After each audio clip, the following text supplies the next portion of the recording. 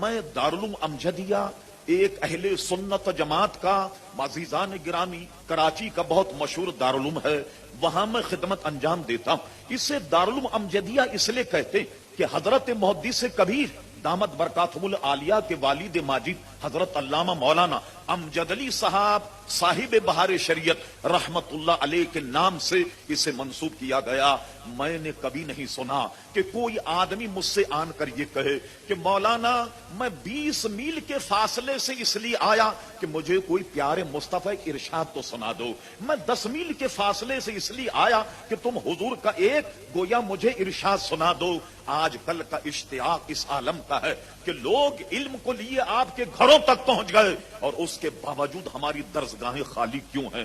معلوم ہوا کہ وہ اشتیاق جو ہے وہ لوگوں میں کم ہوتا چلا گیا۔ لوگ یہ سمجھیں کہ یہاں بجلی کے تار میں سے ذریعے سے روشنی نکلی، کہیں گے مولانا عبدالہادی صاحب آپ ٹھیک کر دیں گے؟ کہا نہیں صاحب، یہ تو بجلی کا معاملہ، یہ عام آدمی بہت سوٹ بوٹ پہن کر بیٹھا دیکھنے دکھانے میں بڑا وجی معلوم ہوتا، کہا صاحب یہ ذرا شارٹ ہو رہا ہے، ذرا اس کو ٹھیک۔ ان کا نہیں صاحب یہ تو الیکٹریشین کا کام ہے۔ تو ذری سی بات کے لیے اس فن کا آدمی آپ تلاش کرتے کہ بغیر اس کے جانے کوئی چیز نہیں آئے گی۔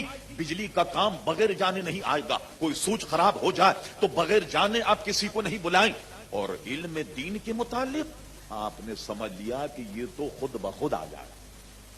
کیا سمجھے آپ؟ اس پر ذہن ہمارا یہ ہے کہ یہ تو خود بخود ہمیں آ جائے گا، اس کے لیے ہمیں سیکھنے کی کوئی ضرورت نہیں۔ اس لیے حضرت علامہ محدث کبیر نے فرمایا عوام کا کام یہ ہے کہ یہ علماء کے پاس جائیں اور علماء سے تحصیل علم کرے۔ حضرت عزیز ملت نے رات ایک حدیث کا تذکرہ کیا، سمجھنے کے لیے بہت کافی ہے۔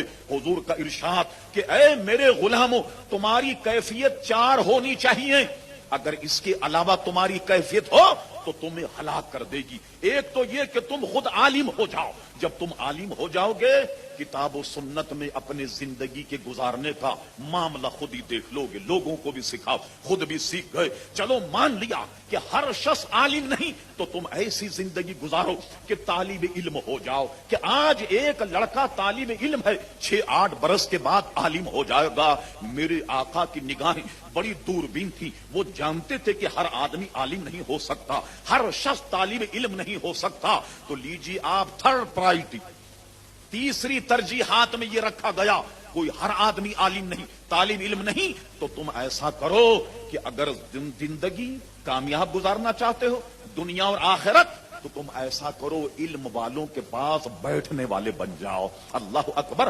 ہم نے دیکھا کہ علم والوں کے پاس بیٹھنے والے جو لوگ ہیں وہ بھی بہت کچھ سیکھ گئے۔ ہم نے اپنے اکابر سے سنا، اعلی حضرت امام اہل سنت فاضل بریلوی رحمت اللہ علیہ کے دور میں ان کے پاس ایک حاجی صاحب بیٹھا کرتے تھے، اور وہ حاجی صاحب بالکل پڑھے لکھے آدمی نہ تھے۔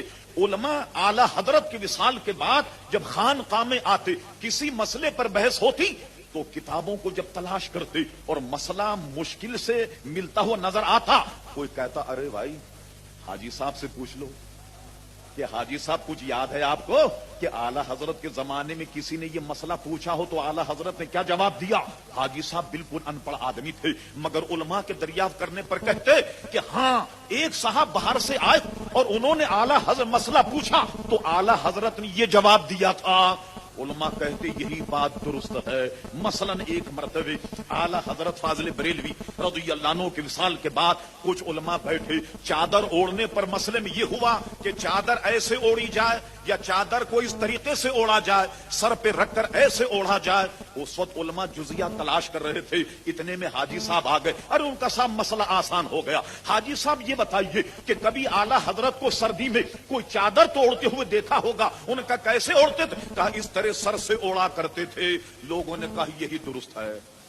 فرمایا یا تو علم والوں کے پاس بیٹھنے والے بن جاؤ، نعرہ بہت کچھ آ جاتا، نعرہ رسالت، تب بھی بہت کچھ آ جائے گا۔ اس کے بعد فرمایا اب تمہاری چوتھی کیفیت سنو کیا ہے، اگر یہ کیفیت میں اپنے آپ کو نہ پاؤ سمجھ لو کہ تم ہلاک ہو گئے، اور وہ کیفیت یہ ہے علم والے بھی نہیں، طالب علم بھی نہیں، علم والوں کے بیٹھنے والے بھی نہیں، تو ایسا کرو علم والوں سے محبت کرنے والے بن جاؤ۔ اللہ اللہ، معلوم ہوا کہ علم والوں کے ساتھ محبت کرنے میں بھی ایک نجات کا چوتھا راستہ ہے، اور پانچویں اگر تمہاری کوئی کیفیت ہے تو سمجھ لو کہ تم ہلاک ہو جاؤ گے۔ عزیزان گرامی، اس لیے سارے کام سیکھنے سے آتے ہیں، دین بھی بغیر سیکھے نہیں آئے گا۔